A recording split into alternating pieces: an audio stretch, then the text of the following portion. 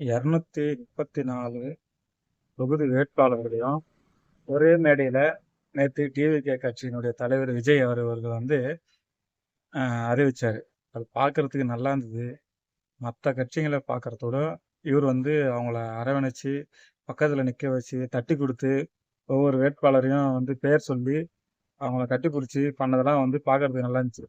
சரி, இதை பத்தி நம்ம ஒரு வீடியோ போட்டு எப்பவுமே அண்ணனை திட்டினே இருந்தேன், ஒரு வாட்டியாவது நம்ம அண்ணனை பத்தி நல்லா பேசலாம் அப்படின்ட்டு நினைச்சு, சரி அந்த வேட்பாளர்கள்லாம் ஒரு பேக்ரவுண்ட் செக் பண்ணலாம் அப்படின்னு சொல்லிட்டு தேடினா 10 நாளுக்கு முன்னாடி தான் கஞ்சா கேஸ்ல இருந்து வந்துக்கிறவனை பிடிச்சி வேட்பாளர் அறிவிச்சிருக்காரு.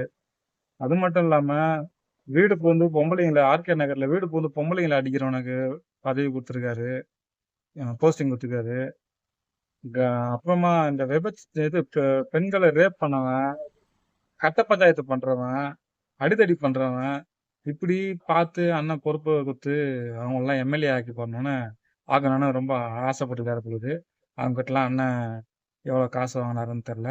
நேத்து ஒருத்த கட்சியில இருந்தான், திடீர்னு பார்த்தா இன்னைக்கு அவனுக்கு எம்எல்ஏ சீட்டு கொடுத்துக்கிறாரு.